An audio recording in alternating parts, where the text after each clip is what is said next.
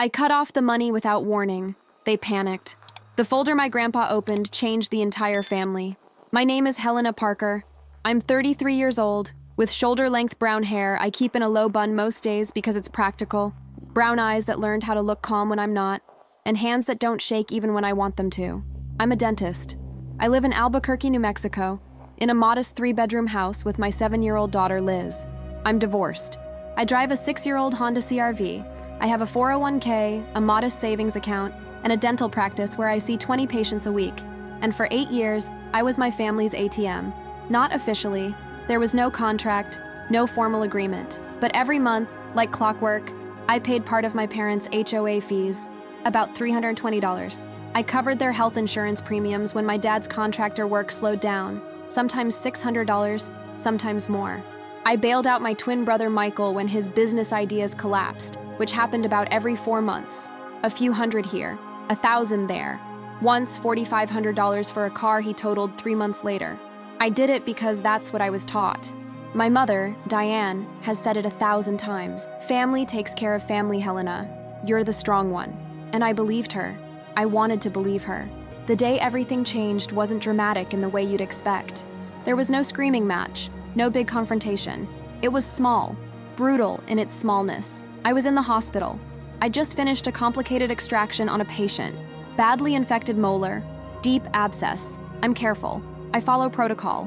But sometimes bacteria don't care about protocol. Within 12 hours, I had a fever of 103.7 degrees. My face was swollen. I could barely think straight. My ex-husband, Daniel, was out of state for work. Liz was at school. I called my mother. Mom, I need help. I'm at Presbyterian. They're keeping me overnight for IV antibiotics. Can you pick up Liz from school and stay with her tonight? There was a pause, not a concerned pause, an annoyed one. Now? Helena, your brother needs me today. He's meeting with an investor, and I have a salon appointment at 4. I remember the sound of her voice, irritated, like I'd asked her to move a mountain instead of watch her granddaughter for one afternoon. Mom, I have a serious infection. I'm in the hospital. Can't you call Daniel? He's in Denver. Another pause. Then, with a sigh that felt like a slap, I'll see what I can do, but I can't promise anything. She didn't call back. I asked my neighbor, Mrs. Alvarez, a retired teacher who's known Liz since she was 3. She picked her up, brought her soup, let her sleep on the couch with her dog. I lay there in that hospital bed, IV line in my arm, fluorescent lights buzzing overhead, and I stared at my phone, at the banking app icon. I opened it. I went to scheduled payments, and one by one, still feverish, still shaking, I canceled every automatic transfer to my parents. HOA fee, canceled. Health insurance, canceled. Emergency fund deposit I set up for my dad, canceled. It took less than 2 minutes, and I felt nothing. Not anger, not sadness, just a strange, cold clarity. I didn't tell them, I didn't send a text, I didn't explain, I just stopped. Within a week, my phone started ringing. Unknown numbers. Relatives I hadn't heard from in years. Diane called 14 times in 2 days. Richard, my dad, sent me a voicemail that started with, "We need to talk about respect." No one asked how I was feeling. No one asked about the infection. No one asked about Liz. They only asked about money. That's when my grandfather stepped in. Augustus Monroe, 81 years old, retired federal judge. A man with silver hair, wire-rimmed glasses, and a presence that makes people sit up straight, even when he's saying nothing. He showed up at my door one Saturday morning with a worn leather folder under his arm. "I've known for years, Helena," he said, standing on my porch in his crisp button-down and suspenders. "I've watched it, and I've kept records. Now I want to see who in this family has the courage to lie while looking into my eyes." He didn't ask permission. He called a family lunch at his house, sent a group text, made it clear attendance wasn't optional. And when my mother and father tried to paint me as the ungrateful daughter who abandoned them without warning, Augustus opened that folder. Inside were 8 years of receipts, bank transfers, text messages, emails with subject lines like, "Just this month, I promise." The room went silent. That's when I gave the speech I'd practiced in my bathroom mirror a dozen times, voice steady, no tears. "I am not an ATM. I am a daughter." What happened next changed everything. If you've ever been the family bank, the one everyone calls when they need rescuing, you know exactly where this is going. And if you've ever wondered what happens when you finally say no, stay with me. You'll want to hear what came next. If this story sounds familiar, hit that like button. And if you've ever been the strong one in your family, drop a comment. I read every single one. I need you to understand something before we go further. My family didn't wake up one day and decide I was the ATM. It was built over years, carefully, quietly, with language that sounded like love. I grew up in a house where there were rules that were never spoken out loud, but everyone knew. Michael, my twin brother, was the one with potential. I was the one who was dependable. When we were 16, Michael got a DUI, crashed my dad's truck into a mailbox on Coors Boulevard at 2 a.m. My parents paid for the lawyer, paid the fees, told relatives he'd made a mistake. That same year, I asked if they could help me pay for a dental assistant certification course, $900. My mom said, "Helena, you're so smart. You'll figure it out." I worked at a Walgreens. I figured it out. When we were 21, Michael dropped out of UNM halfway through junior year. Said college wasn't his path. My parents supported him, said he was finding himself.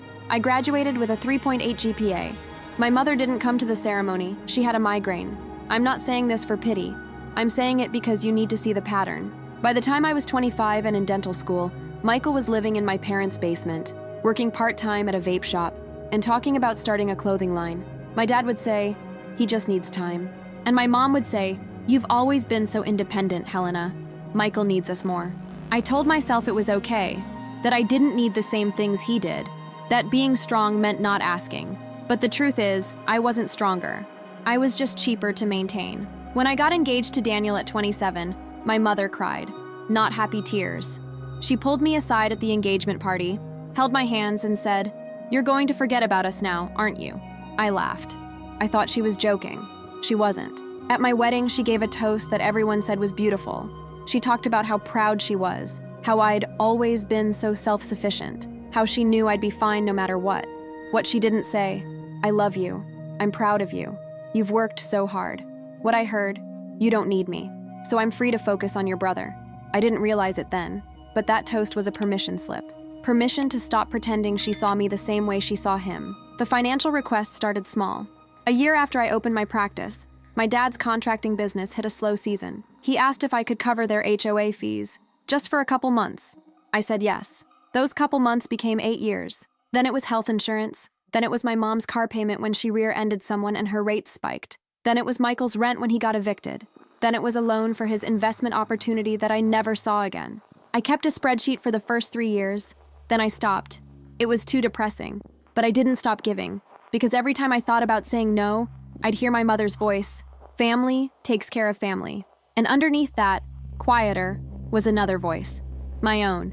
"If you say no, they'll stop calling, and then you'll really be alone." So I said yes. Even when Daniel and I divorced when Liz was 3 and money got tighter, I said yes. Even when Liz needed braces and I had to push the appointment back 6 months, I said yes. Even when I was so tired I couldn't remember the last time I'd taken a weekend off, I said yes. Because I wanted to believe that love looked like sacrifice. And I wanted to believe that one day they'd see how much I'd given. That one day my mother would say, "Thank you, Helena, I see you." But she never did. And the day I ended up in that hospital bed with a fever and no one to pick up my daughter, I realized something I should have known years ago. They didn't see me. They saw a resource. And the difference between those two things is everything. Michael and I are twins, but you'd never know it by looking at our lives. He's charming, I'll give him that. Tall, easy smile, the kind of guy who walks into a room and people light up. He's got this energy, like he's always about to do something incredible. My mom used to say he had a spark. I had a dental degree and a mortgage. The thing about being twins is that people expect you to be close. They expect some kind of cosmic bond. But Michael and I stopped being close somewhere around sophomore year of high school, when I realized he'd borrowed $200 from my savings jar to buy weed and never mentioned it. I didn't confront him. I just started hiding my money. By the time we were in our 20s, the dynamic was set. I was the person you called when you needed something fixed. Michael was the person you called when you wanted to feel hopeful. I got the frantic 2 a.m. texts. "Can you help? I'm short on rent." He got the Sunday dinners and the long talks about his dreams. When I bought my house, a 3-bedroom ranch style in the North Valley, nothing fancy but mine, my parents came over once.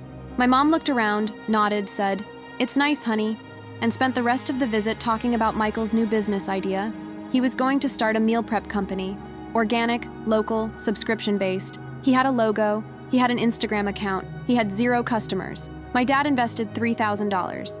When I asked if they could help me with closing costs, my mom said, Helena, you're doing fine. Your brother's really trying to build something. Michael's meal prep company lasted 4 months. After that, it was a dropshipping business. Then a podcast about crypto. Then a fitness coaching app.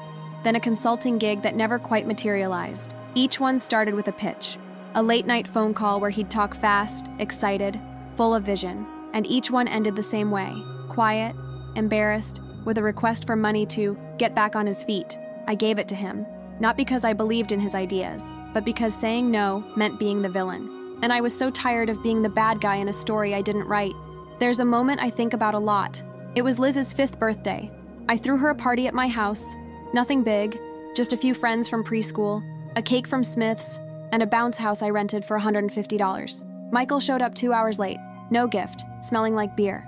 He stayed for 20 minutes, took a few pictures, posted them on Instagram with the caption, "Best uncle ever." My mom commented, "You're so good with kids, Michael."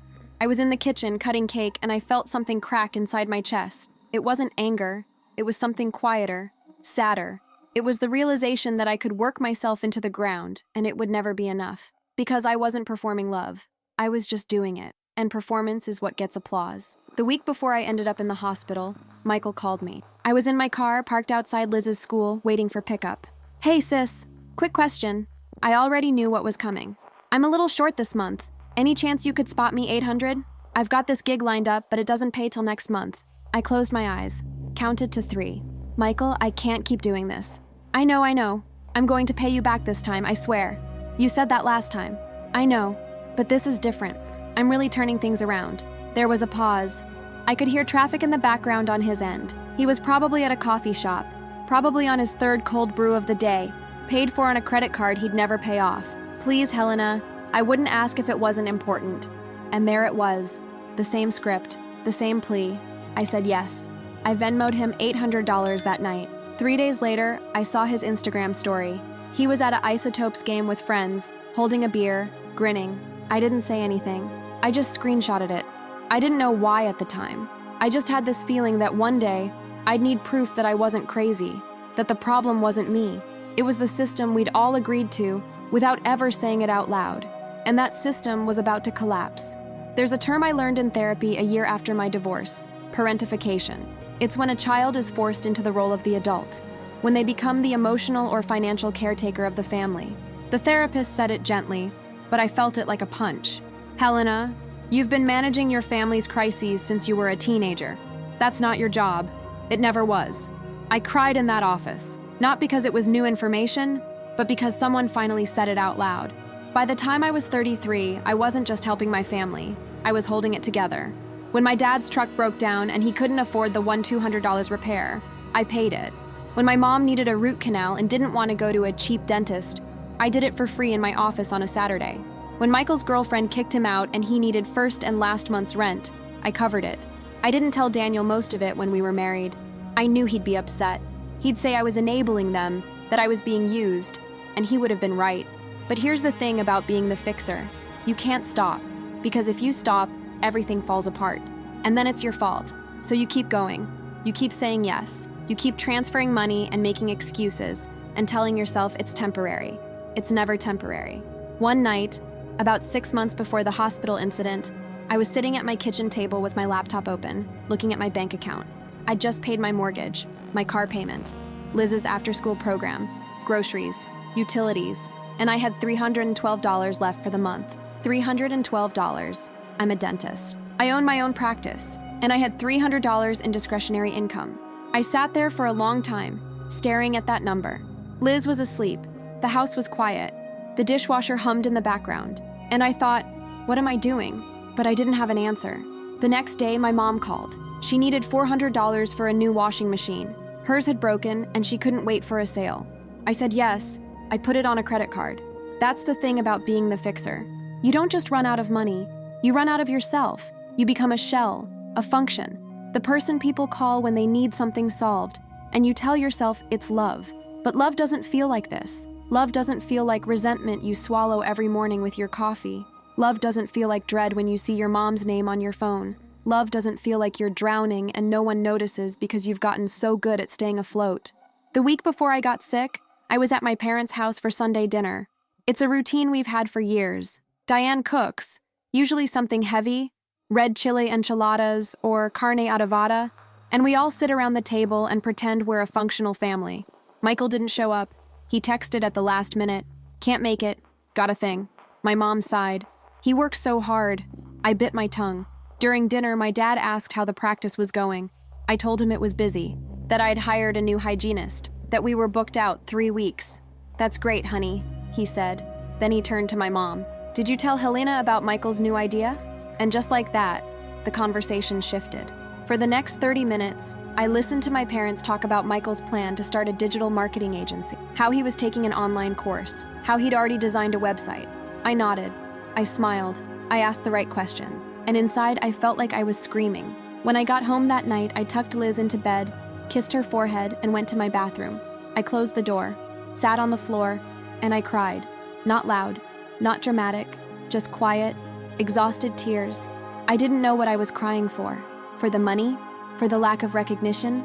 For the years I'd spent trying to earn a love that was never conditional in the first place? All of it. None of it. I was crying because I was tired. And I didn't know how to stop. But 3 days later, life gave me an answer. It came in the form of a fever, a hospital bed, and my mother's voice saying, I can't. I have a salon appointment. And that was the moment I stopped trying to fix everything. Because I finally realized I was never broken. They were. You'd think the breaking point would be something big, a screaming fight, a betrayal, a moment where someone says the one thing you can't forgive. But that's not how it happened. It was quiet, almost boring in its cruelty. It was a Tuesday, October. Albuquerque was in that perfect in-between season. Not quite hot, not quite cold. The cottonwoods along the Rio Grande were turning yellow. Liz had a school project on the planets. Everything felt normal. I had a full schedule that day. Back-to-back patients, a complicated extraction at 2 p.m., a lower molar, badly infected. The patient had waited too long. The abscess was deep. I'm careful. I follow every protocol. Gloves, mask, sterile field. But sometimes, bacteria find a way. By 9 p.m. that night, I knew something was wrong. My jaw ached. My face felt hot. I took my temperature, 101.4 degrees Celsius. I took ibuprofen, went to bed early. By 3 a.m., I woke up drenched in sweat. My face was swollen on the left side. My temperature was 103.2 degrees Fahrenheit. I called my nurse. She said, go to the ER, now. I got Liz up, groggy and confused, and dropped her at Mrs. Alvarez's house. She didn't ask questions, just pulled Liz inside, gave her a blanket, and told me to go. At Presbyterian Hospital, they admitted me immediately. Severe infection, cellulitis, IV antibiotics. They said I'd need to stay at least overnight, maybe 2 nights. I called Daniel first. He was in Denver for a conference. He said he'd try to get back early, but it would be at least another day. Then I called my mother. It rang 4 times. I almost hung up. Hello? Mom, it's me. Helena? It's early. What's wrong? I'm in the hospital. I have a bad infection. They're keeping me overnight. Liz is at Mrs. Alvarez's, but she has a doctor's appointment this afternoon. Can you pick her up from school and stay with her tonight? There was a pause. Not the pause of concern, the pause of inconvenience. Today? Yes. I'm sorry, I know it's last minute, but... Helena, I can't. Your brother has a meeting with an investor this afternoon, and I told him I'd be there. And I have my hair appointment at 4. I've had it scheduled for weeks. I stared at the IV line in my arm, at the sterile white walls, at the blood pressure cuff beeping next to me. Mom, I'm in the hospital. I know, honey, but you'll be fine. You're strong. Can't Daniel come back? He's in Denver. What about your neighbor? She has an appointment. Another sigh. This one longer. Sharper. I'll try to move some things around, but I can't promise anything. You know how your brother gets when I'm not there to support him. I closed my eyes. Okay. I'll call you later, okay? She hung up. I sat there in that hospital bed, IV drip steady, fever climbing, and I waited for her to call back. She didn't. By noon, Mrs. Alvarez texted me. I can keep Liz tonight. No problem. You just rest. I cried. Not because I was in pain, because a neighbor cared more than my own mother. At 4:30 p.m., I got a text from Diane. It was a selfie. Her at the salon, fresh highlights, smiling, caption, finally got my hair done, feeling like a new woman. No follow-up text. No, how are you feeling? No, is Liz okay? Just a picture of her hair. I stared at that photo for a long time, and something inside me, something I'd been holding together with duct tape and duty for 8 years, Just let go. I opened my banking app. I went to scheduled payments, and one by one, I canceled them. HOA fee to my parents, canceled. Health insurance transfer, canceled. Emergency fund deposit, canceled. Family support, auto transfer I'd set up 2 years ago, canceled. It took 90 seconds. I didn't call, I didn't text, I didn't explain, I just stopped. And for the first time in 8 years, I felt like I could breathe. I didn't know what would happen next. I didn't have a plan, but I knew one thing with absolute certainty. I was done being their ATM, and I was done pretending it was love. The first day after I canceled the payments, nothing happened.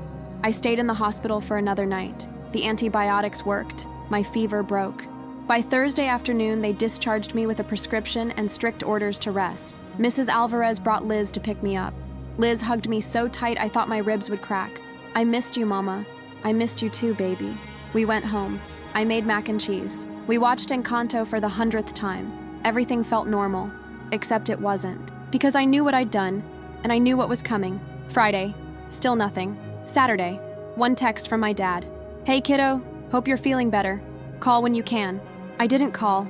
Sunday was when it started. I woke up to 6 missed calls, 3 from my mom, 2 from my dad, 1 from a number I didn't recognize. Then the texts started. Mom, Helena, call me. Something's wrong with the bank. Mom, the HOA payment didn't go through. Can you check your account? Mom, this is serious. Call me. I made coffee. I sat at my kitchen table. I stared at those texts, and I didn't respond. An hour later, my phone rang. It was my dad. I answered. Helena, thank God. Your mother's been trying to reach you. I saw. There's a problem with the automatic payments. The HOA didn't get their fee, and the insurance company sent a notice. Can you check your account? I took a sip of coffee. Slowly. There's no problem with my account. What do you mean? I mean I canceled the payments. Silence. You canceled them? Yes. Why? Because I'm not doing it anymore. His voice shifted, confused to defensive in half a second. Helena, you can't just stop without warning. We have bills, responsibilities. So do I. This isn't like you. Maybe it should have been. Another pause. I could hear him breathing.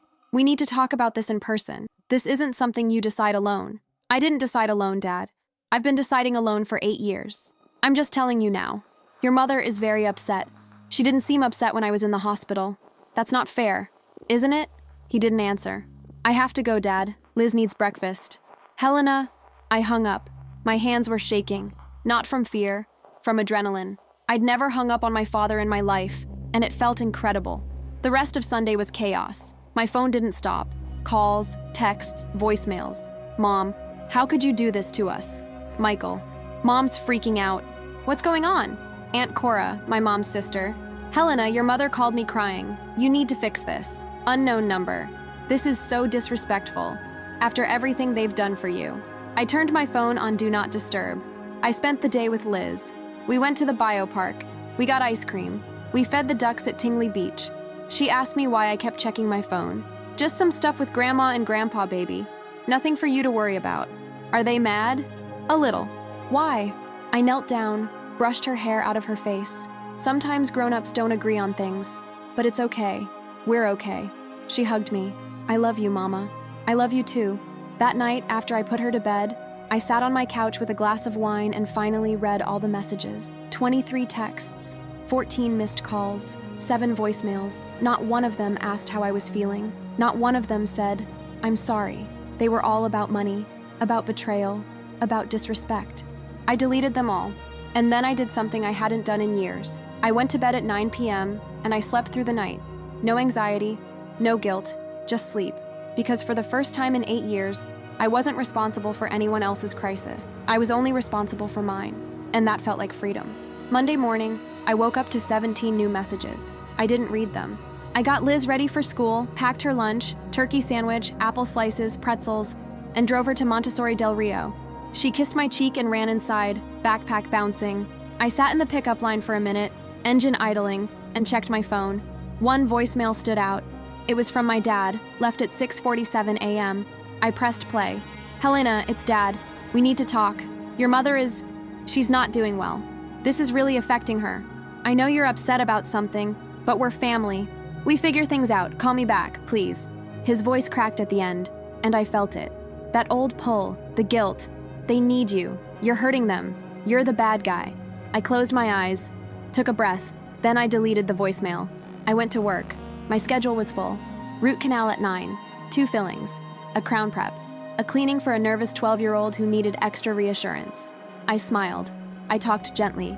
I focused. And for 6 hours, I didn't think about my family. At lunch, I sat in my office with the door closed and ate a salad from Trader Joe's. My phone was face down on the desk. My hygienist, Carla, knocked. "Hey, you okay? You seem, I don't know, tense." I smiled. "Just family stuff. I'm fine." She nodded, but she didn't look convinced. "If you need to talk." "I'm good, really." She left. I wasn't good, but I was holding it together. At 3 p.m., between patients, I checked my phone. A new text. From Michael. "Michael, seriously, Helena? You're really doing this? Mom's a mess. Dad's pissed. You need to grow up and fix this." I stared at that text for a long time. Grow up.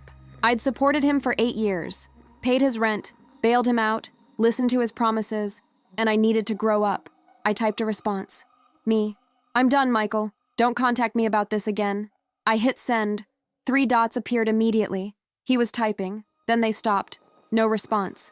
I put my phone away and called in my next patient. That evening, after I picked up Liz and made dinner, spaghetti, garlic bread, steamed broccoli, my doorbell rang. Liz was in her room doing homework. I wiped my hands on a towel and opened the door. It was my mother.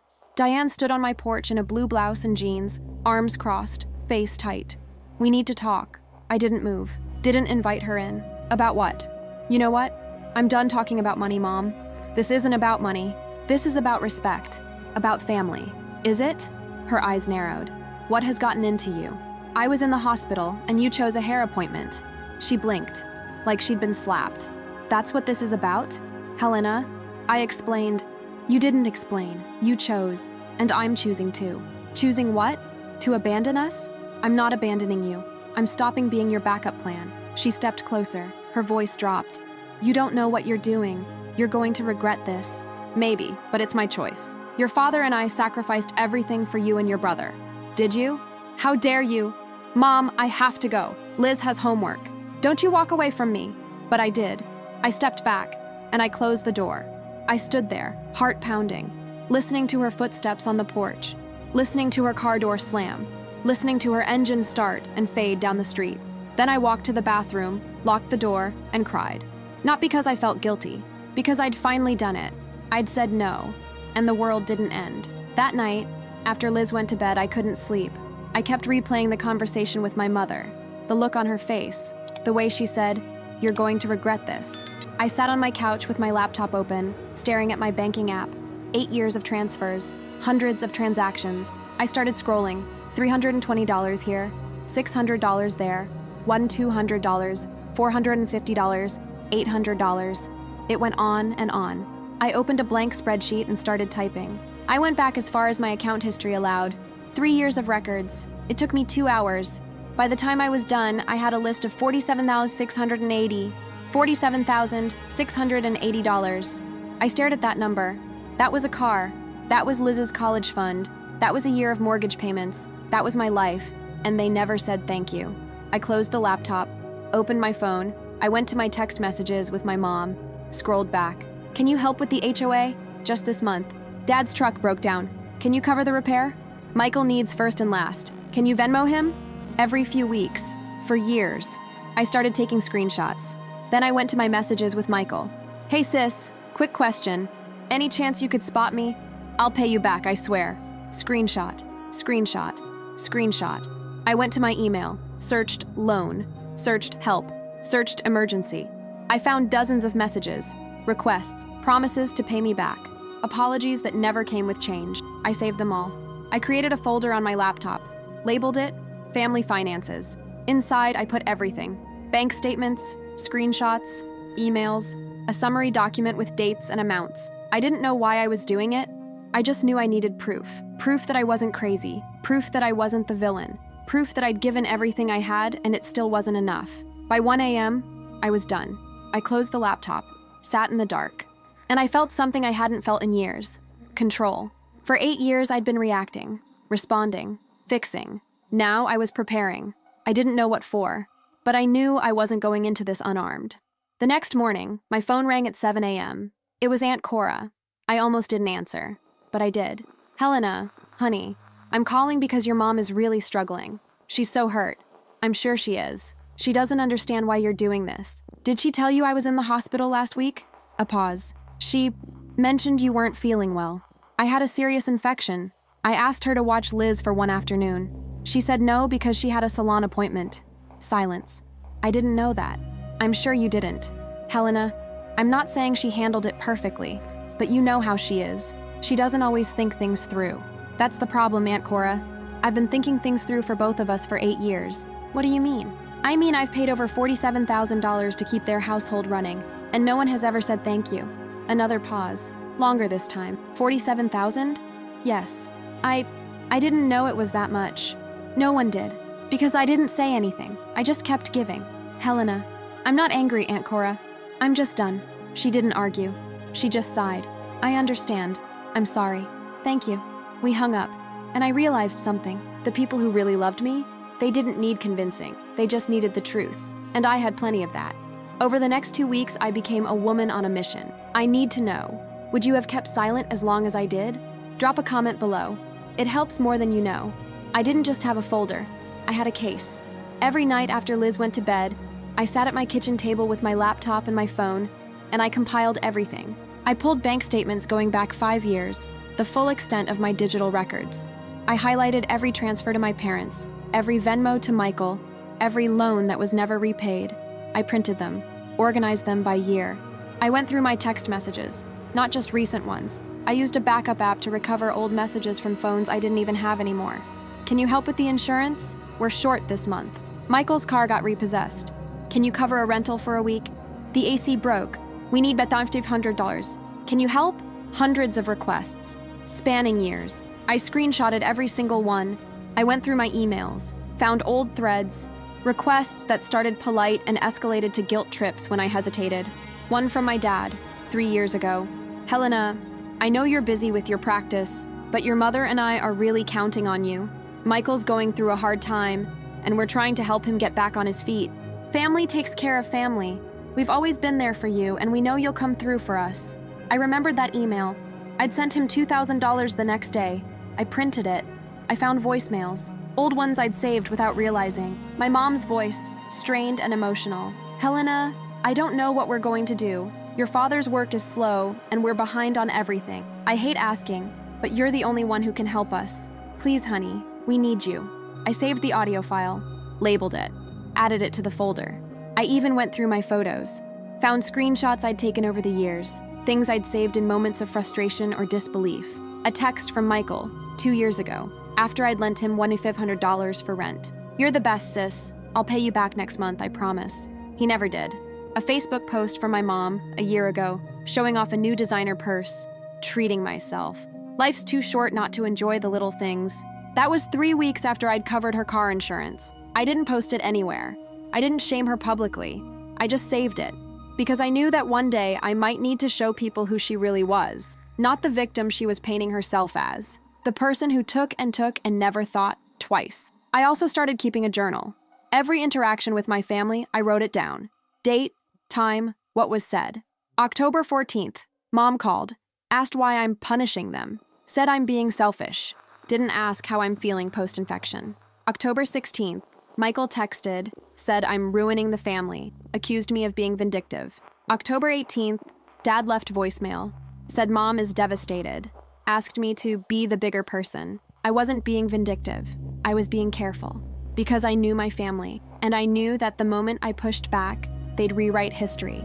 They'd say I was unstable, that I was exaggerating, that I'd always been difficult, so I made sure I had evidence. Not for a courtroom, but for the court of public opinion, because I knew eventually this would come to a head, and when it did, I wasn't going to be the villain. One night, about 10 days after I'd cut off the payments, I got a text from a cousin I barely knew, Melissa. She lived in Santa Fe. We saw each other maybe once a year at Christmas. Melissa, hey, I heard there's some drama with you and Aunt Diane. Just wanted to say I'm sorry you're going through that. If you need to talk, I'm here. I stared at that text. She didn't take sides, didn't ask for details, just offered support. I wrote back, me. Thanks, Melissa. I appreciate that. Melissa, for what it's worth, I always thought you did a lot for them, more than people realize. I felt my throat tighten. Me. You have no idea. Melissa, if you ever want to talk, seriously, I'm here. I saved that text too, because it reminded me. There were people who saw.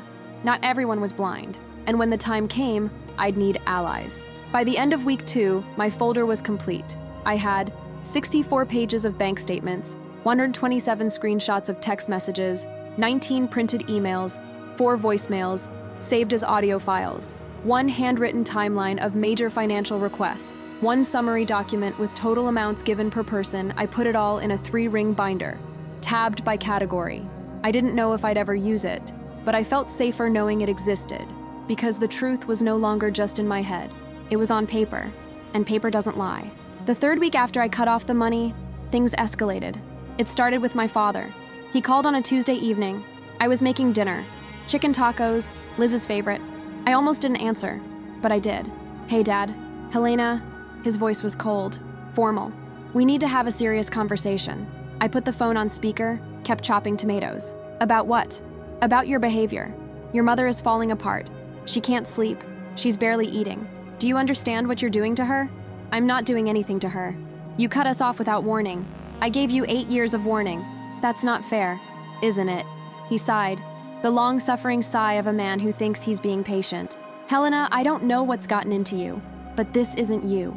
You've always been the responsible one, the one we could count on. That's the problem, Dad. You counted on me. You never asked. You just expected. Because that's what family does. No, that's what I did. There's a difference. You're being selfish. I stopped chopping, stared at the phone. I'm being selfish? Yes. You have a good job. You're doing fine. We're struggling, and you're turning your back on us. You're not struggling, Dad. You went to Red River for a ski weekend last month.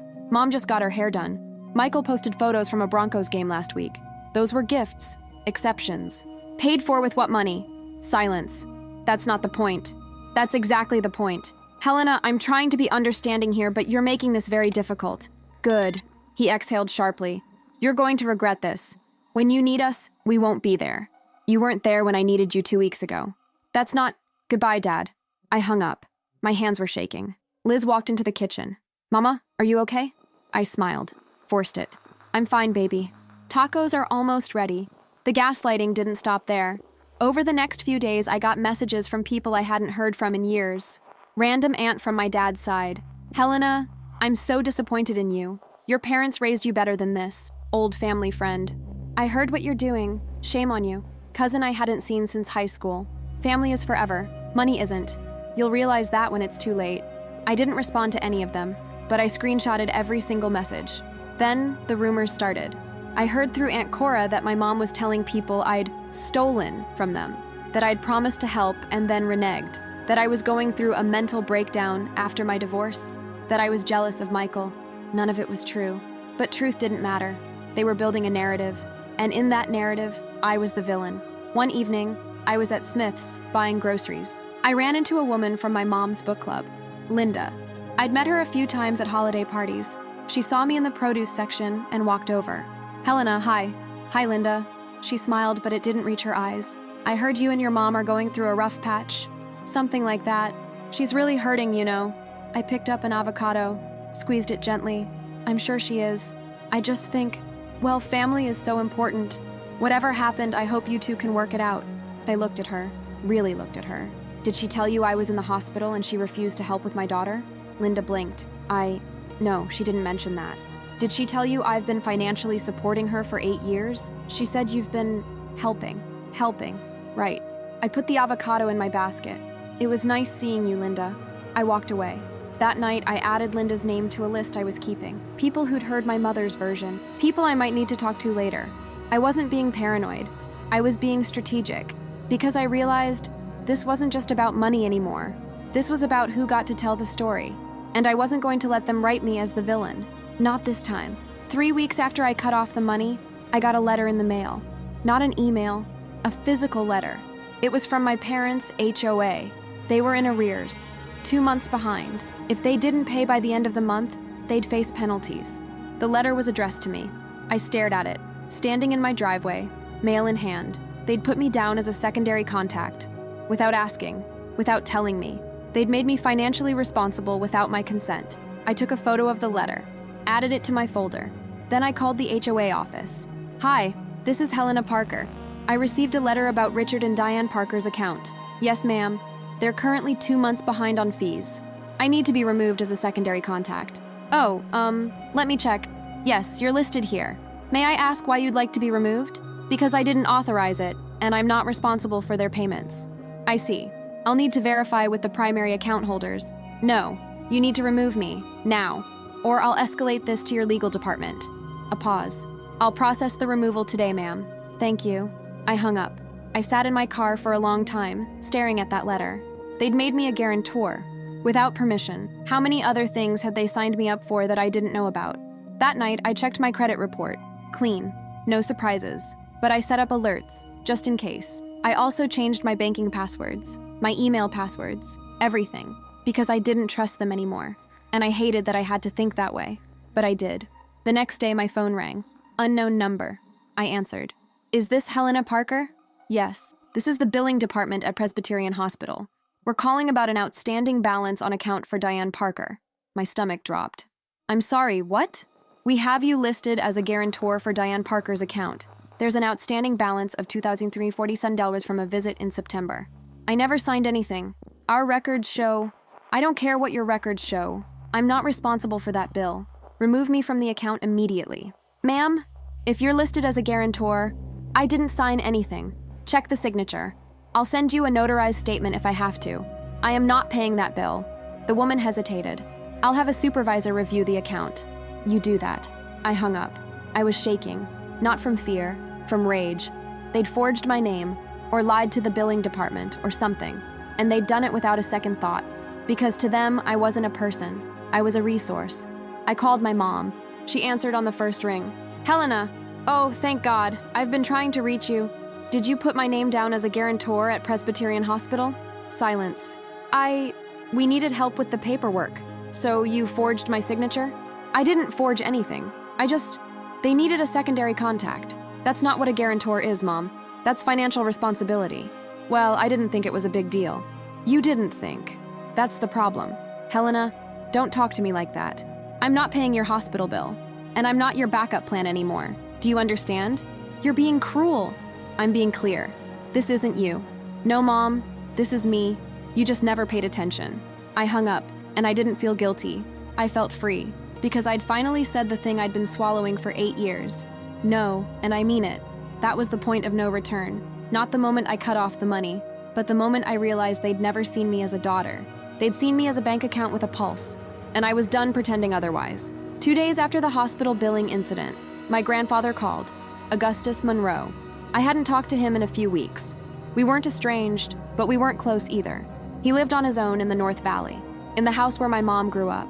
A 1970s Adobe-style home with a big backyard and a porch, where he liked to sit and read. Helena, hi Grandpa. I'm calling because your grandmother's picture fell off the wall this morning, and I take that as a sign. I smiled despite myself. My grandma Eleanor passed away 5 years ago. Augustus still talked to her. A sign of what? That I need to mind my business. So I'm calling you. What's going on with your mother? I sighed. It's complicated. I have time. So I told him. I told him about the 8 years of payments, the hospital, the hair appointment, the canceled transfers, the gaslighting, the forged guarantor signature. I told him everything. He didn't interrupt. He just listened. When I finished, there was a long silence. Helena, yeah? Do you have documentation? Yes. Good. Bring it to me. Why? Because your mother is my daughter and I love her. But she's also a liar. And I've known that for 60 years. I blinked. Grandpa, I'm not blind, sweetheart. I've watched this family for a long time. I've seen how they treat you. I've seen how they treat your brother. And I've kept my mouth shut because Eleanor told me to let them figure it out. But Eleanor's gone, and you're drowning. So I'm stepping in. What are you going to do? I'm going to look at your evidence. And then I'm going to decide if your mother needs a wake-up call or a reckoning. Grandpa, I don't want to cause... You didn't cause anything, Helena. You just stopped enabling it. There's a difference. I felt my throat tighten. Okay. Come by tomorrow. Bring everything. Okay. And Helena? Yeah? You did the right thing. I cried after we hung up. Not sad tears. Relief tears. Because someone finally believed me. The next day, I drove to his house after dropping Liz at school. He was on the porch, drinking coffee from a chipped mug that said, "World's Best, Grandpa." I'd given it to him when I was 12. "Morning, kiddo." "Morning." I sat down next to him, handed him the binder. He opened it, and for the next hour, he read. Every page, every screenshot, every bank statement. He didn't say a word. When he finished, he closed the binder, set it on the table, took off his glasses, rubbed his eyes. $47,000. Yes. Over 8 years. Yes. And they never said thank you. No. He put his glasses back on, looked at me. "Helena, I'm going to ask you a question, and I want you to answer honestly." "Okay. Do you want revenge, or do you want boundaries?" I thought about it. Boundaries. Good. Because revenge makes you like them. Boundaries make you free. He stood up, walked to the edge of the porch, stared out at the yard. "I'm going to call a family meeting. Here. Next Sunday." "Grandpa, I don't think..." "I'm not asking permission, Helena. I'm telling you. Your mother and father will be here. Your brother, Cora, Jim, the cousins, everyone. Why? Because your mother is telling people you're cruel, ungrateful, mentally unstable, and I'm not going to let her rewrite history. What are you going to do?" He turned to me, and for the first time, I saw the federal judge he used to be.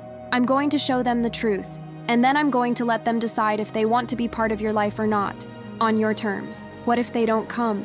They'll come, because I'm not asking. I'm telling." He picked up the binder. "I'm keeping this. I'm going to make copies. And next Sunday, we're going to have a conversation this family should have had years ago."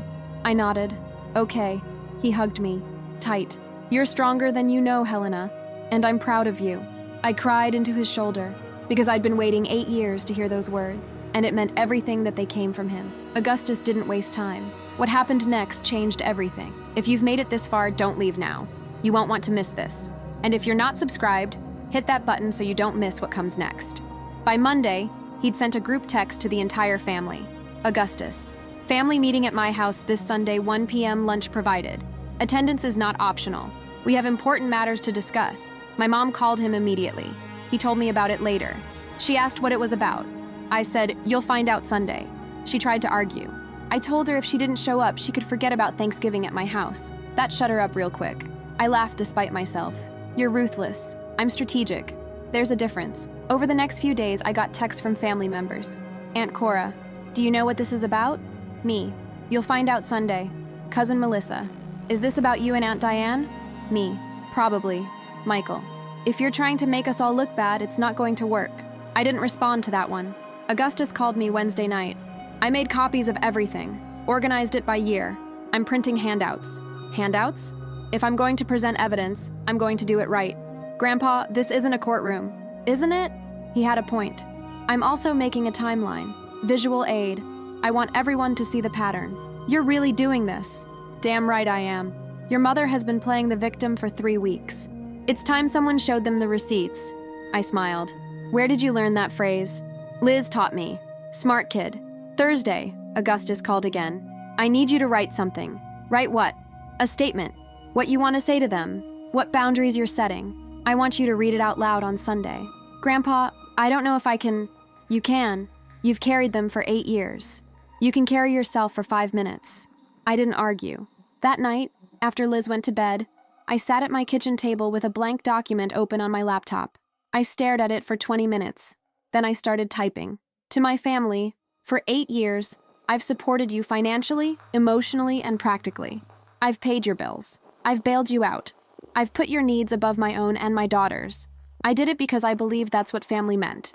Sacrifice, support, loyalty. But family is supposed to go both ways. And when I needed you, when I was in the hospital with a serious infection and asked for help with my daughter, you chose a hair appointment. That was the moment I realized I wasn't your daughter. I was your ATM. I'm not angry. I'm not bitter. I'm just done. Going forward, here are my boundaries. 1. I will not provide financial support unless it's a true emergency, agreed upon in advance with a clear repayment plan. 2. I will not be contacted for money without at least 2 weeks' notice and a written explanation of need. 3. I will not be guilt-tripped, manipulated, or gaslit into changing these boundaries. 4. I will not allow my daughter to be used as leverage or exposed to family conflict. 5. I will not apologize for protecting myself and my child. If you can respect these boundaries, I'm happy to rebuild our relationship. If you can't, I understand. But I will not go back to the way things were. I am not an ATM. I am a daughter, and I deserve to be treated like one. Helena. I read it out loud to myself. My voice cracked halfway through, but I finished. I printed it, folded it, put it in my bag. Friday, Augustus called one more time. You ready? No. Good. That means you care. If you didn't care, this wouldn't matter. What if they don't listen? Then they don't. But at least you'll know you tried. And what if this destroys the family? Helena, the family destroyed itself a long time ago. You're just the first one brave enough to say it out loud. I nodded, even though he couldn't see me. Okay. See you Sunday, kiddo. And bring Liz. I'm making her favorite cookies. Snickerdoodles? Damn right. I smiled. Sunday was 2 days away, and I had no idea what was going to happen. But for the first time in 8 years, I wasn't scared. I was ready. Sunday morning, I woke up at 6 a.m. I hadn't slept well. My mind kept running through scenarios. What would I say? How would they react? What if they walked out? I made coffee, sat at the kitchen table, stared at my printed statement. Liz came downstairs at 7:30, rubbing her eyes. Mama, why are you up so early? Couldn't sleep, baby. Want some pancakes? Yes, please. I made blueberry pancakes, her favorite. We ate together in comfortable silence. She looked at me, syrup on her chin.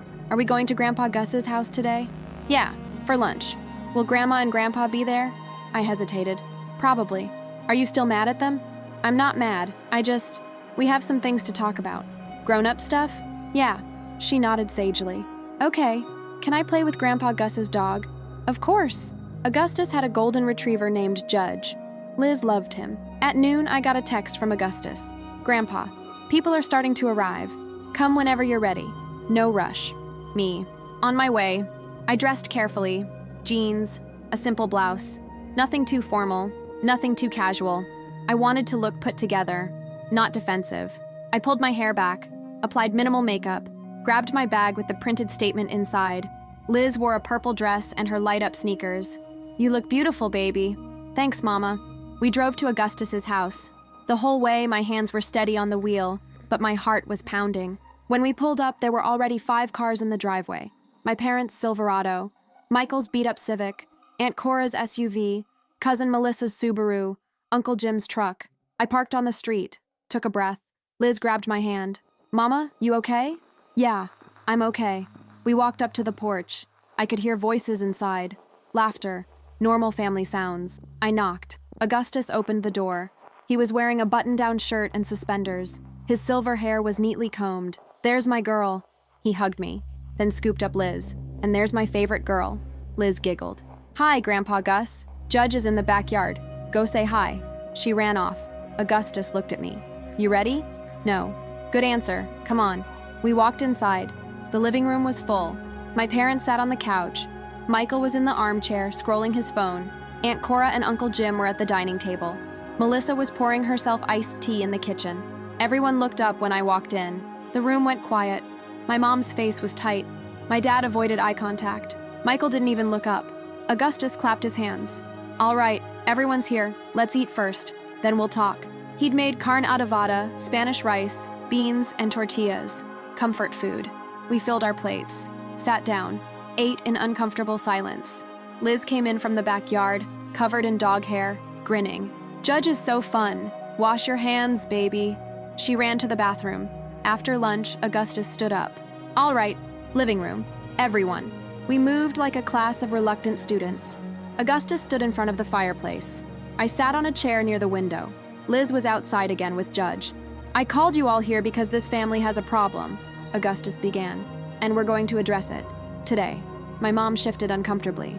Dad, is this really necessary? Yes. He picked up a stack of papers from the side table. For the last 3 weeks, I've been hearing different stories. Diane says Helena abandoned the family. Helena says she was being used. I decided to find out the truth. He held up the papers.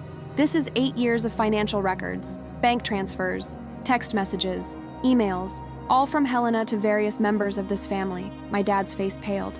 Dad, you don't need to. I'm going to read some highlights, Augustus continued, ignoring him. And then Helena is going to speak, and you're all going to listen. He opened the first page, and the reckoning began. Augustus put on his reading glasses. The kind that made him look exactly like what he was, a retired federal judge who didn't tolerate bullshit. "Let's start with the numbers," he said, voice calm and measured. "Over the last 8 years, Helena has transferred a total of $47,680 to members of this family." My mother's head snapped up. "That's not... I have the bank statements right here, Diane. Would you like to see them?" She closed her mouth. Augustus continued. "Breakdown by recipient. Richard and Diane Parker, $32,400. Michael Parker, $15,280. Michael finally looked up from his phone. "That's not accurate." "It is. I have every Venmo, every wire transfer, every check, categorized and dated." Augustus flipped a page. "Let's look at some specific examples, shall we?" He read from the document. June 2018. Helena pays $1,800 for Michael's first and last month's rent after eviction. Text from Michael. "I'll pay you back, I swear. No repayment record found." September 2019. Helena covers $2,200 for Diane and Richard's health insurance premiums after Richard's contracting work slows down. Email from Richard. "Just this once, kiddo. We'll be fine next month." Payment continues for 11 consecutive months. March 2021. Helena pays $4,500 for Michael's car after he totals his previous vehicle. Text from Diane. "Your brother really needs this, Helena. You know how hard he's trying." The room was silent. You could hear the clock ticking on the wall. Augustus kept reading. April 2023. Helena pays $1,200 for repairs to Richard's truck. May 2023. Helena pays $850 for Diane's salon and spa day, described in text as self-care I desperately need. My mom flinched. October 2024. Helena, recovering from a hospital stay due to a severe infection, asks Diane to watch her 7-year-old daughter for one afternoon. Diane's response, and I quote, "I can't. Your brother needs me, and I have a salon appointment." Aunt Cora gasped. Melissa's eyes went wide. Augustus closed the folder. That same day, Helena canceled all automatic payments to her parents. That's when the phone calls started. That's when the accusations started. That's when the family pressure campaign started. He looked around the room. Not one person asked Helena how she was feeling. Not one person said thank you. Not one person asked if she needed help. Everyone asked about money. My dad stood up. "This is out of context. We've supported Helena too." "Have you?" Augustus's voice cut like a knife. "Richard, tell me. In the last 8 years, how much money have you given Helena?" My dad opened his mouth, closed it. "That's what I thought." Augustus turned to my mom. "Diane, same question." She didn't answer. "Michael?" Michael crossed his arms. "I've been there for her emotionally." "Really? When's the last time you called her to ask how she's doing? Not to ask for money, just to check in." Michael didn't respond. Augustus walked over to me, held out his hand. "Helena, would you like to say something?" I stood up. My legs felt shaky, but I was steady. I pulled the folded paper from my bag, unfolded it, and I read. My voice cracked a few times, but I didn't stop. I read about the 8 years, the sacrifice, the belief that love meant endurance. I read about the hospital, the hair appointment. The moment I realized I wasn't a daughter, I was an ATM. I read my boundaries, all 5 of them. And when I finished, I folded the paper and looked at my family. I'm not asking for an apology. I'm not asking you to agree with me. I'm just telling you, this is how it's going to be from now on. And if you can't respect that, I understand. But I'm done pretending this is normal. The silence was deafening. Then my mother started crying. Not soft tears, loud, heaving sobs. "How could you do this to me? In front of everyone?" Augustus stepped forward. "Diane, stop. You're humiliating me." "No, I'm showing everyone the truth. There's a difference. I'm your daughter. And Helena is mine too. And I've watched you bleed her dry for years." My mom looked at me, mascara running. "After everything I've done for you?" "What have you done, Mom?" My voice was steady. "Tell me, what have you actually done for me in the last 8 years?" She stared at me. "I raised you. That was your job. I'm not talking about the past. I'm talking about now. What have you done for me recently?" She didn't answer. I turned to the room. "Anyone? Does anyone have an example?" Melissa spoke up quietly. "Helena, I didn't know it was this bad. No one did, because I didn't say anything. I just kept giving." Aunt Cora wiped her eyes. "I'm so sorry, honey." My dad finally spoke. "Helena, we didn't realize—" "Yes, you did. You just didn't care." His face crumpled. And for the first time in my life, I didn't feel guilty. I felt free. For a long moment, no one moved. My mother sat on the couch, crying into her hands. My father stood frozen, staring at the floor. Michael looked like he wanted to disappear. Aunt Cora broke the silence. Diane, is this true? All of it? My mom's head shot up. It's taken out of context. Helena makes it sound like we were using her, but that's not... Were you? Cora's voice was sharp. Because Augustus just read bank statements. Those don't lie. Family helps family. That's what we've always done. Helping is reciprocal, Augustus said quietly. This was extraction. My dad finally spoke, voice strained. We didn't ask for all of it. Helena offered. I laughed. It came out bitter. I offered because you made it clear that saying no meant I didn't care. That's not fair, isn't it? I pulled out my phone, scrolled to an old text, read it out loud. This is from you, Dad, 3 years ago. Helena, I know you're busy, but we're really counting on you. Family takes care of family. We've always been there for you. You sent that after I hesitated to send you $2,000. I looked up. You didn't ask. You guilted. There's a difference. Michael finally spoke. So what? You want us to apologize? Grovel? Admit we're terrible people? No, Michael. I want you to understand that I'm not doing this anymore. You're punishing us. I'm protecting myself. By airing our dirty laundry in front of everyone? I didn't air anything. Grandpa did. Because you all spent the last 3 weeks telling people I was cruel, ungrateful, and unstable. And I'm not going to let that be the story. Melissa spoke up. For what it's worth, I believe you, Helena. Thank you. Uncle Jim, who'd been silent until now, cleared his throat. I think we all need to take a step back. This is a family matter. It stopped being private when Diane started calling relatives to complain, Augustus said. She made it public. Helena's just setting the record straight. My mom glared at him. You're supposed to be on my side. I'm your daughter. I'm on the side of truth. And the truth is, you've been taking advantage of Helena for years. I have not. Augustus held up the folder. Diane, I have the receipts. Literally. Her face twisted. You always did love her more than me. Augustus's expression softened, but his voice stayed firm. That's not true, and you know it. But Helena needed someone to stand up for her. And since you wouldn't, I did. Cora stood up, walked over to me, and hugged me. I'm sorry, Helena. I should have seen this. I hugged her back. It's okay. It's not. But thank you for finally saying something. One by one, the room started to shift. Melissa hugged me. Uncle Jim shook his head, muttering, I had no idea. Even some of the cousins who'd been silent came over, apologizing. But my parents and Michael stayed on the other side of the room, separate, defensive. My mom stood up, wiping her face. I can't do this. I'm leaving. She grabbed her purse. My dad followed. Diane, wait. No, I'm not going to sit here and be attacked. Augustus didn't stop her. You're not being attacked. You're being confronted. And if you can't handle that, the door's open. She left. My dad hesitated at the door, looked back at me. Helena, I'm sorry. I nodded. Thank you. He left. Michael stood up, shoved his hands in his pockets. This is messed up. Yeah, I said. It is. You didn't have to do it like this. I tried doing it quietly. You called me selfish. He didn't respond, just walked out. The door closed, and the room exhaled. Augustus walked over, put his hand on my shoulder. You okay? I don't know. That's honest. Cora sat down, shaking her head.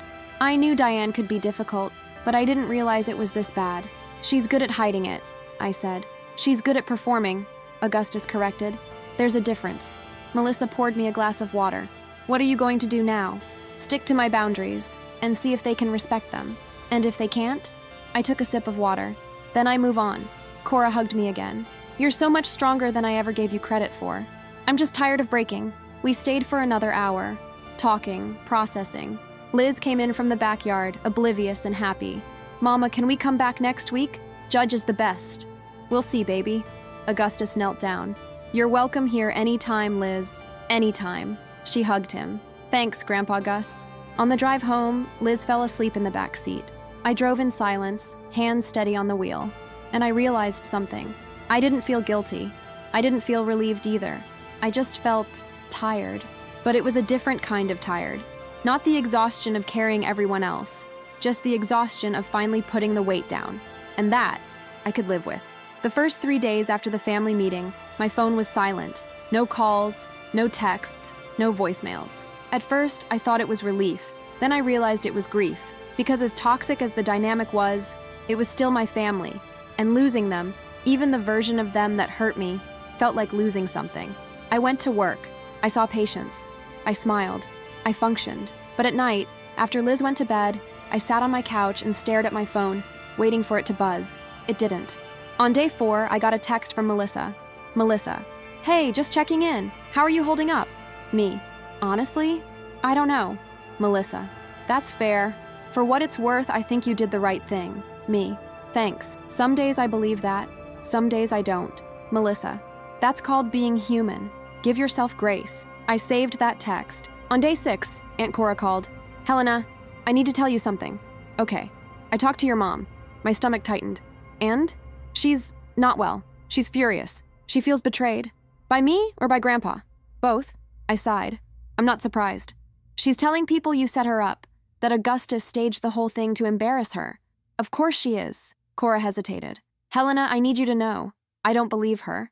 I saw the evidence. I heard your boundaries. You were clear and fair. Thank you. But not everyone sees it that way. I know. Some of the family thinks you should have handled it privately. I tried that. It didn't work. I know. I'm just giving you a heads up. I appreciate it. And Helena? Yeah? I'm proud of you. I cried after we hung up. On day 8, my dad texted, Dad, can we talk? I stared at that message for 20 minutes. Finally, I called him. Hi, Dad. Helena, thanks for calling. What do you want to talk about? He sighed. I've been thinking a lot since Sunday.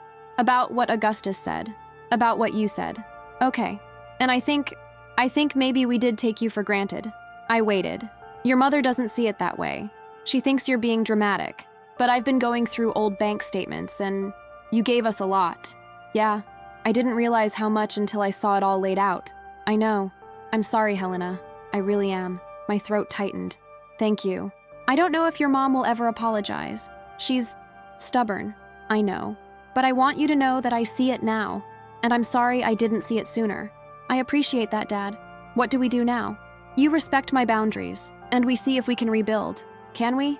I don't know. But I'm willing to try if you are. I am. We talked for another 10 minutes. It wasn't easy. It wasn't perfect. But it was a start. When we hung up, I felt something I hadn't felt in weeks. Hope. Small. Fragile. But there. On day 10, I got a text from Michael. Michael, I'm not apologizing. Me. I didn't ask you to. Michael, you made me look like a freeloader in front of everyone. Me. I didn't make you anything. I just told the truth. Michael, you're so self-righteous. Me. And you're deflecting. But I'm done arguing with you, Michael. If you want a relationship, respect my boundaries. If you don't, that's your choice. He didn't respond. I blocked his number. Not out of anger. Out of self-preservation. Because I realized I didn't owe him access to me just because we shared DNA. On day 12, Augustus called. How are you holding up? Some days are better than others. That's normal. Dad apologized. I heard. Did you talk to him? I may have encouraged him to reflect. I smiled. Thank you, Grandpa. You don't need to thank me, Helena. I should have done this years ago. You did it when it mattered. Your grandma would have been proud of you. I started crying. I miss her. Me too, kiddo. Me too. We sat in comfortable silence for a moment. You know what Eleanor used to say? What? Sometimes the bravest thing you can do is walk away from people who don't see your worth. She was right. She usually was. I laughed through my tears. Thanks, Grandpa. Anytime, sweetheart. Anytime. That night, I tucked Liz into bed and sat on the edge of her mattress. Mama, are you happy? I thought about it. I'm getting there, baby. Good. I like it when you smile. Me too. She hugged me. I love you, Mama. I love you too, Liz. So much. After she fell asleep, I went to my room and opened my journal. I wrote, Today I realized something. Boundaries aren't walls. They're gates. They let the right people in and keep the wrong people out. And for the first time in 8 years, I'm the one holding the key. I closed the journal, and I slept. 3 weeks after the family meeting, life started to feel different. Not better, not worse, just different. I went to work. I picked up Liz from school. I made dinner. I paid my bills. But for the first time in years, I wasn't also managing my parents' crises. And the space that created felt strange, like a phantom limb. I'd spent so long being needed that I didn't know how to just be. One evening, I was sitting on my couch, scrolling through my phone, when I realized I hadn't checked my bank account in 3 days. That used to be a daily ritual, making sure I had enough to cover my bills and theirs. Now, I only had to worry about mine. I opened the app. My balance was higher than it had been in months. I stared at that number, and I cried. Not sad tears, grateful tears, because I'd forgotten what financial stability felt like. The next day, I did something I hadn't done in years. I took Liz to Target and I let her pick out a toy. Just because. Not for her birthday, not for Christmas, just because I could. She picked a Lego set. $60. Old me would have hesitated, calculated, worried. New me put it in the cart without thinking twice. At checkout, Liz looked up at me. Mama, are you sure? I'm sure, baby. But it's expensive. I knelt down. We're okay, Liz. I promise. We're okay. She hugged me tight. And I realized she'd been watching. She'd seen me stress about money. She'd felt the weight even when I tried to hide it. And now, she was starting to feel the relief too. That night, after she went to bed, I got a text from my dad. Dad, your mom and I are going to a financial counselor. First appointment is next week. Me. That's good, Dad. Dad. It was hard to admit we needed help, but you were right. We weren't managing things well. Me. I'm proud of you. Dad. Thanks, kiddo. It wasn't everything, but it was something. A week later, Cora invited me to lunch. We met at a little cafe on Central near Old Town. She ordered a salad. I got a burger. You look good, she said. Thanks. I feel lighter. You should. You've been carrying a lot. Yeah, she hesitated. Diane's still not speaking to you. I know. She might not ever apologize. I know that too. Does that bother you? I thought about it. It used to. But now, I think I'm okay with it. Really. Yeah, because I realized I don't need her to see it. I just need me to see it. Cora smiled. You're wiser than I was at your age. I don't know about that. I just got tired of pretending. We finished lunch. She hugged me in the parking lot. You're going to be okay, Helena. I know. And if you ever need anything, I'll call, I promise. 2 weeks later, Augustus invited me and Liz over for dinner. He made enchiladas. We ate on the porch, watching the sunset over the Sandias. Liz ran around the yard with Judge laughing. Augustus and I sat in comfortable silence. You did good, kiddo. Thanks, Grandpa. Your grandma would have loved to see this. See what? You standing up for yourself. She always said you had a spine of steel. You just needed to find it. I smiled. I miss her. Me too. We watched Liz chase the dog. What happens now? I asked. You live your life, without apology. What if my mom never comes around? Then she doesn't. And that's her loss, not yours. It doesn't feel that simple. It's not, but it's true. We sat there until the sun set and the air turned cool. And I realized something. I wasn't waiting anymore. Not for an apology, not for validation, not for permission. I was just living, and that was enough. A month after the family meeting, I started therapy. Thank you for staying with me through this whole story. If it resonated with you, please hit like, subscribe, and share your own experience in the comments. It helps this reach others who need to hear it. And if you want to hear about the time my family tried to guilt me back after 6 months of silence, that story is coming next. Not because I was broken, but because I wanted to make sure I stayed whole.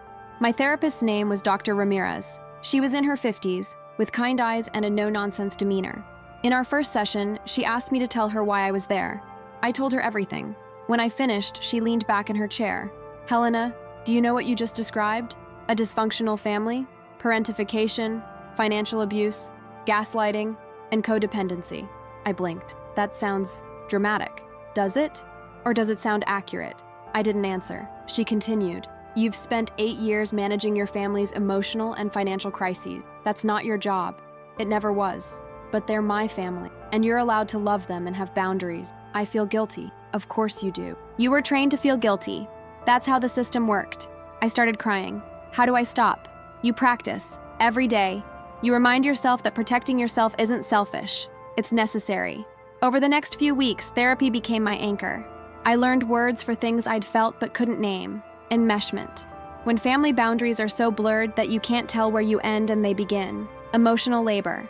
The invisible work of managing other people's feelings and crises. Triangulation. When one family member uses others to avoid direct conflict. I learned that saying no wasn't cruel. It was self-preservation. I learned that I didn't have to justify my boundaries. I just had to enforce them. And slowly, I started to believe it. At work, things shifted too. Carla, my hygienist, pulled me aside one day. You seem different. Different how? I don't know. Lighter, like you're not carrying the world on your shoulders anymore. I smiled. I'm working on it. Well, whatever you're doing, keep doing it. It's good to see you happy. At home, Liz noticed too. One night, we were making cookies together. Chocolate chip, her favorite. She looked up at me, covered in flour. Mama, you smile more now. Do I? Yeah, I like it. I kissed the top of her head. Me too, baby. 6 weeks after the meeting, my dad called. Helena, your mom and I finished our 3rd session with the financial counselor. That's great, Dad. We're setting up a budget, cutting unnecessary expenses. She's even talking about going back to work part-time. I'm proud of you. We should have done this years ago. You're doing it now. That's what matters. I know you're still hurt, and I understand if you need space, but I want you to know we're trying. I see that, and I appreciate it. Thank you for not giving up on us. I didn't give up, Dad. I just stopped drowning. I understand. We hung up, and I realized forgiveness didn't mean forgetting. It meant releasing the need for them to be different. They were who they were, and I could love them from a distance. 2 months after the meeting, I got an email from Michael. Subject line, I'm sorry. I stared at it for a long time before opening it.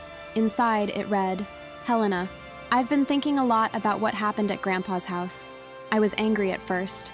I thought you were trying to make me look bad, but the truth is, you didn't have to. I did that myself. I've been using you for years. I told myself it was okay because we're family, but that's not an excuse. You worked hard and I took advantage of that. I'm not asking you to forgive me. I'm just saying, I see it now, and I'm sorry. I'm trying to get my shit together. I got a real job. I'm seeing a therapist. I'm working on not being the guy who only calls when he needs something. I don't know if we'll ever be close again, but I hope one day we can be. Michael. I read it 3 times. Then I wrote back. Michael, thank you for this. It means more than you know. I don't know what our relationship looks like moving forward, but I'm willing to figure it out. If you respect my boundaries, good luck with everything. I'm rooting for you. Helena, I hit send, and I meant it. 3 months after the meeting, Augustus and I had lunch at his house. You look good, kiddo. I feel good. Your mom still isn't speaking to you. I know. Does it hurt? Sometimes, but not as much as pretending did. He nodded. You're going to be okay, Helena. I know. More than okay. You're going to be great. I smiled. Thanks, Grandpa. For what? For seeing me. For believing me. For standing up for me when no one else would. He reached across the table, squeezed my hand. That's what family does. And for the first time in my life, I understood what that word really meant. Not obligation, not guilt, not performance, just love, real, honest, reciprocal love. And I finally had it. It's been 6 months since I cut off the money. 6 months since Augustus opened that folder and changed everything. 6 months since I stopped being an ATM and started being a person. Here's where we are now. My parents. My dad and I talk once a week, mostly surface-level stuff. How's work? How's Liz? Did you see the game? But it's honest. And it's enough. My mom still hasn't apologized. We're not in contact. And I've made peace with that. She sends birthday cards to Liz. I don't stop her. But I also don't chase her. Because I finally understand. I can't make her see me. I can only decide whether to keep waiting for her to try. And I've stopped waiting. Michael. We text occasionally. Nothing deep, but he's working. He's paying his own bills. He hasn't asked me for money in 5 months. Last week, he sent me a picture of his first paycheck stub from a steady job. Caption, "Look, Ma, I'm employed." I sent back a thumbs up emoji. It's not much, but it's something. Augustus. He's still my hero. Liz and I go to his house every other Sunday. We eat his cooking, play with Judge, and sit on the porch watching the sunset. He doesn't ask me about my mom. He doesn't push reconciliation. He just loves me, unconditionally, and that's everything. Me. I'm lighter. Not perfect, not healed, but lighter. I have a savings account that's actually growing. I took Liz to Disneyland last month, our first real vacation in years. I'm sleeping better, smiling more. I don't check my phone with dread anymore. And I finally understand something I should have known all along. You can't pour from an empty cup.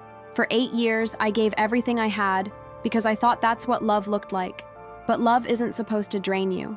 Love isn't supposed to make you feel guilty for having boundaries. Love isn't supposed to hurt this much. Real love, the kind worth keeping, supports you, sees you, respects you. And if someone can't do that, they don't get access to you. Not because you're mean, but because you matter.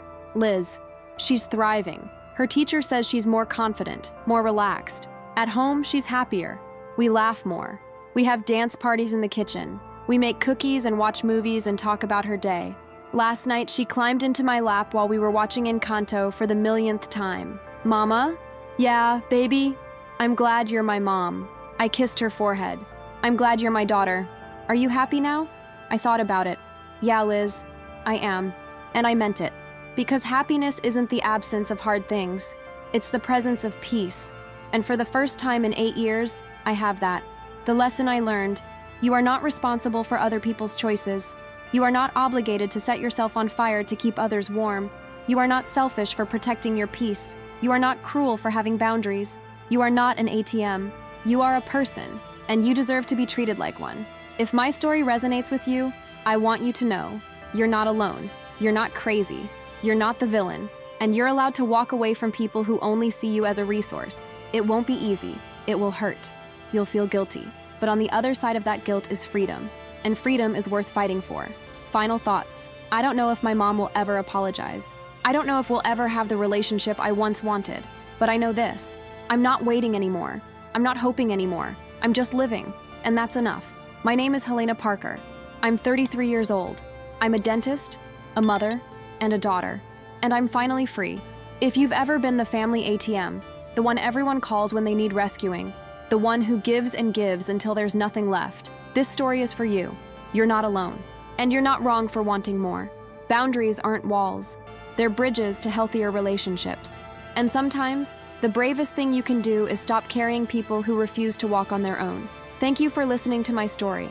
I hope it helps you find the courage to tell yours.